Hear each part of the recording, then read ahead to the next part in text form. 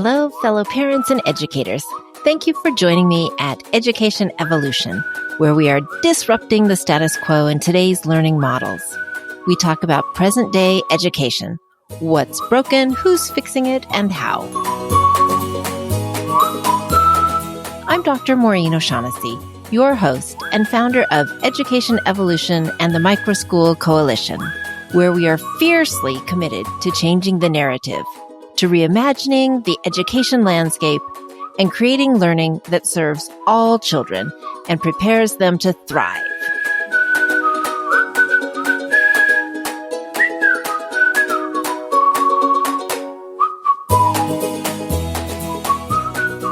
Hi, Tom. Thank you for joining us today. Hey, Maureen. I'm really curious about your background. There's a story there, I know, because I see mineral engineering, energy finance, first executive director of education for the Gates Foundation. I know you have Getting Smart, this wonderful business focused on educational innovation. You're a prolific author. You're LinkedIn's top voice in education. What's your story? How did this all come about? First of all, I'll apologize for somebody mowing the lawn outside. This is just like at schools where they always decide to mow the lawn during silent sustained reading. Yes. I had a career in energy and retail and business, and a variety of things led me to come to understand when I was 32 that I needed to spend the rest of my life trying to make a difference for kids and help communities deliver great education. And I did have the opportunity to become one of the first business executives to try to be a public school superintendent. And after 5 years of that, helped Bill and Melinda start the Gates Foundation. And so I've spent the last 30 years really trying to help educators figure out what to do next, what the future looks like. And so for the last 10 years, I've had the chance to work with my family and a great team at Getting Smart in a mixture of advocacy and advisory, just trying to help education leaders invent the future. Wow. And we definitely need to be evolving into the future. So your work is very important. I'm wondering too, you just released a book on place-based education. And I know that is much more than local service projects or environmental work with students in their communities. Can you talk about what it is and why it's important? Yeah, it was really a fun project. I joined the advisory board at Teton Science Schools, tetonscience.org. It's really the global leader in place-based education. I joined their board about 4 years ago.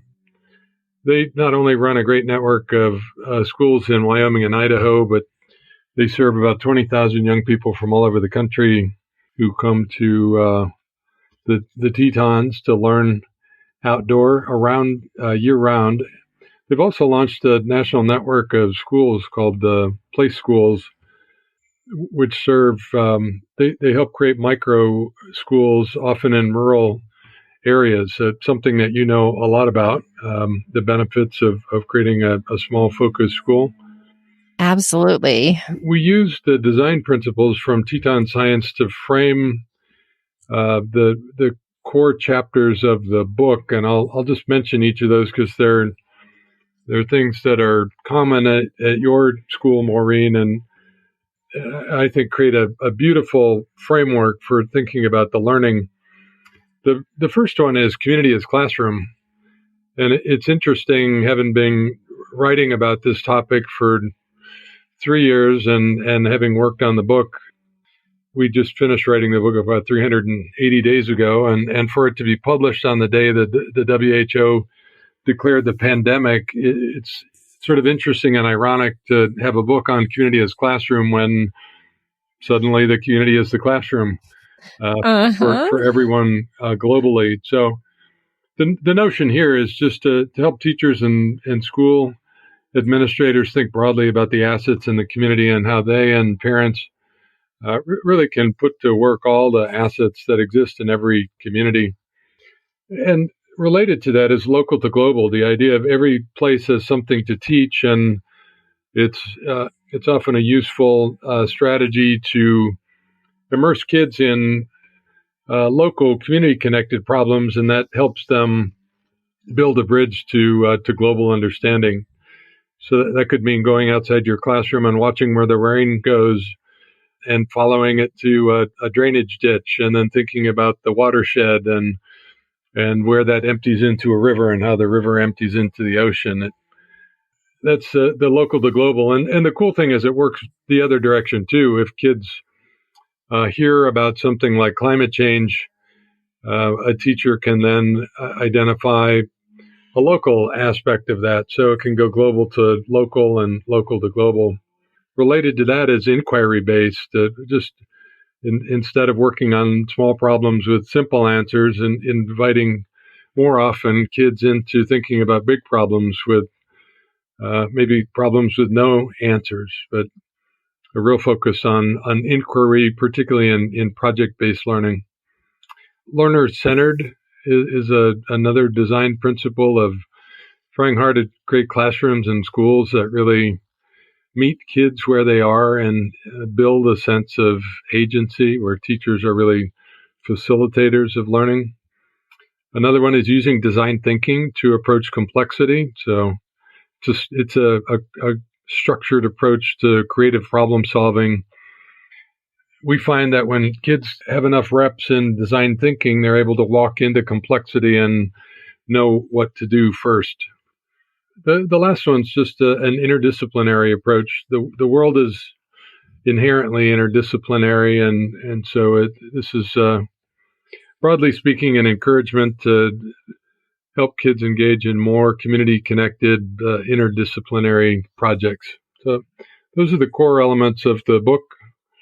It was written really as a guidebook for teachers, but we think a lot of parents and community leaders will enjoy it as well.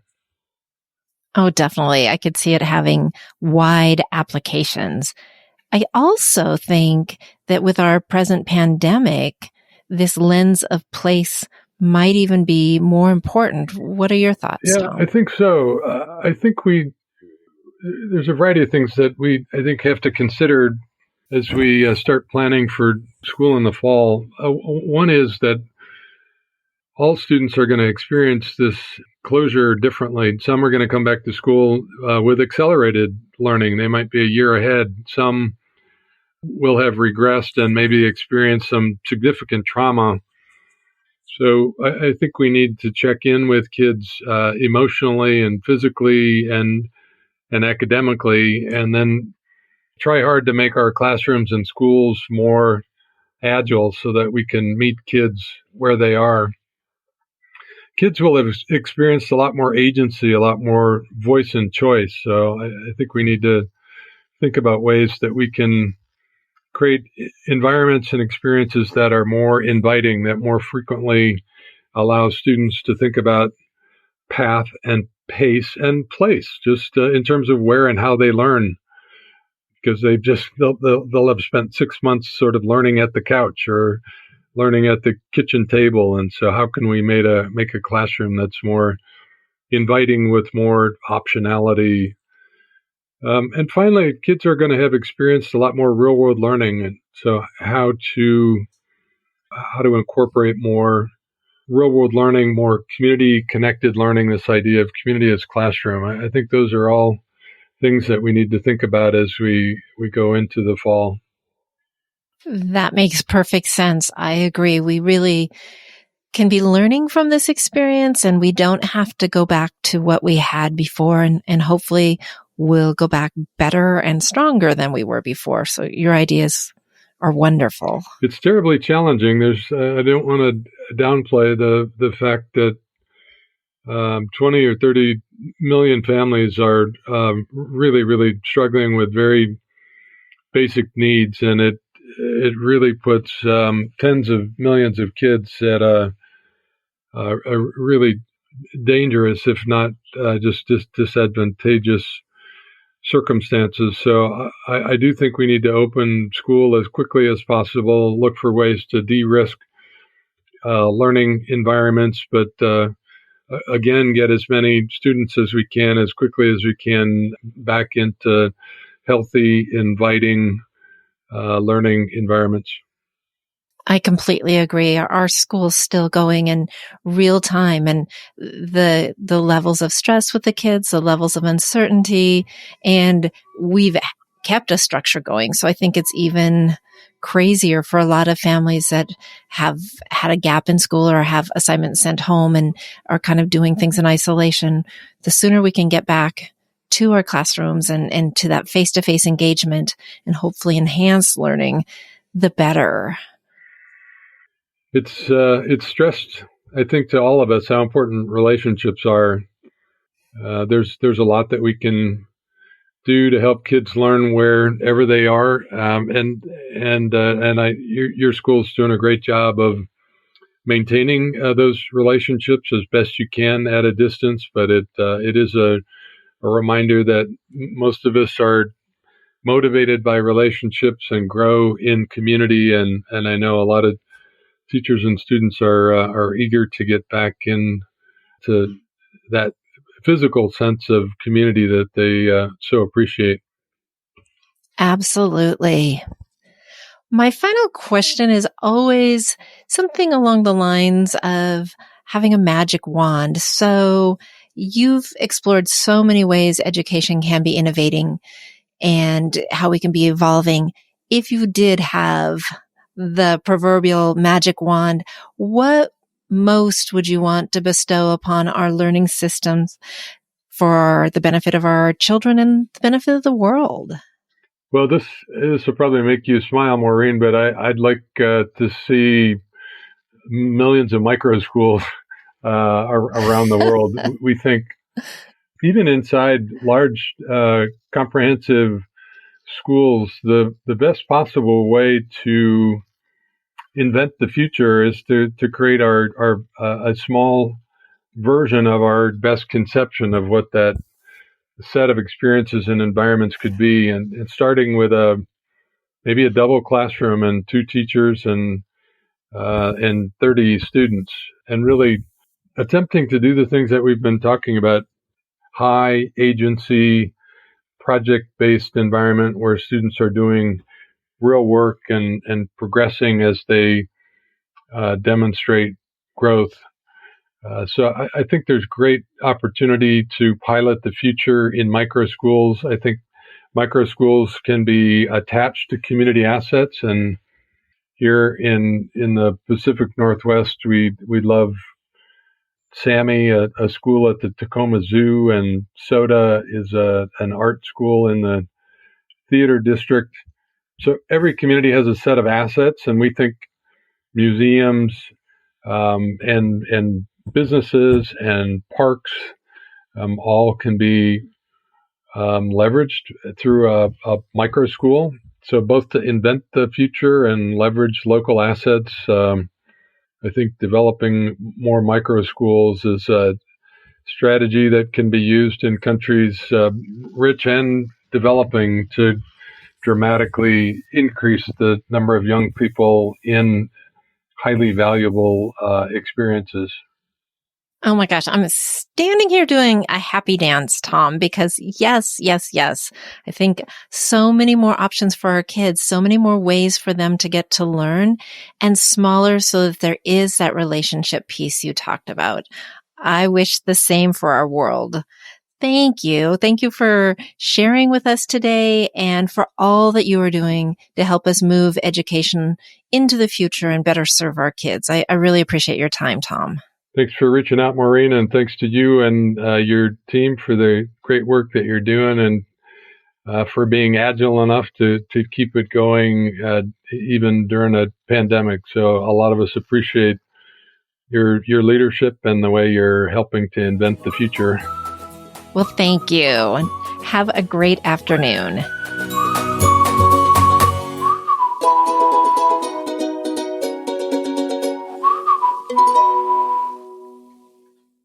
What a treat to get time with such a prolific educational innovator, someone who's really getting the word out and making a difference for our students.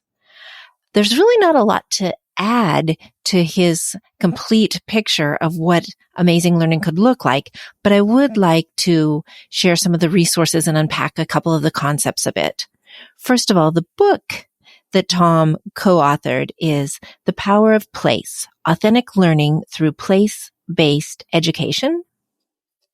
And I have all of these details and more in my show notes. I want that to be a resource for you, so be sure to check in there. When Tom talks about the 5 principles of being a place-based school, his idea of community as the classroom makes me think of the high-tech high model, which has taken off in California, and kids and community members are collaborating on amazing projects.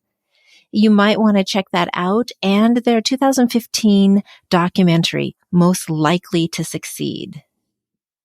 Another feature that Tom talked about is inquiry or project-based learning.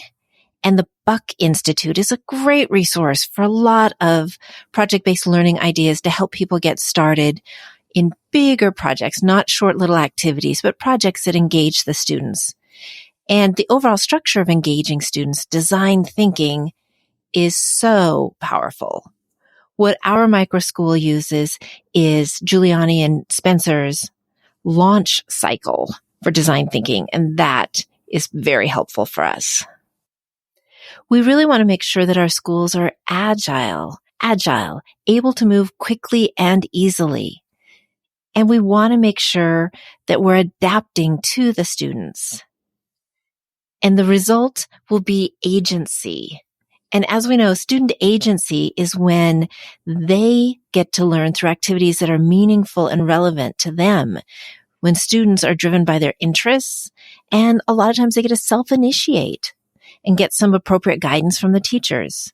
So it gives students voice, often choice, and helps them determine the path, the pace, and the place where they are learning. We really want this for all of our students. And I think that's most easily done being agile and able to provide student agency when, like Tom said, we have lots of small places, small that can be nimble, that isn't trying to adjust and accommodate 1,000 different students. So when Tom said he'd like to see millions of micro schools around the world, that could be inside of larger schools, not a problem. But we are going to have our most success, and we're going to be able to invent the future when we can do a small version of our best conception, and then we can have more of them or grow them. So, Tom, thank you for sharing all of your ideas, your recent book, and your vision of how we can invent our future for learning.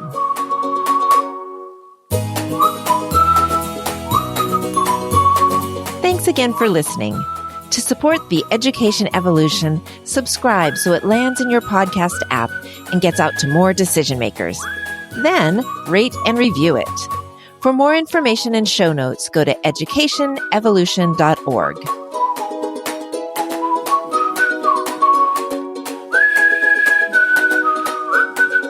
Education Evolution listeners, you are the ones to ensure we create classrooms where each student is seen, heard, valued, and thriving.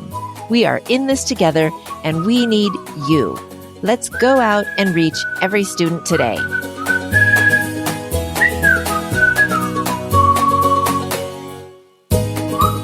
Thank you for listening. Signing off, I am Maureen O'Shaughnessy, your partner in boldly reimagining education.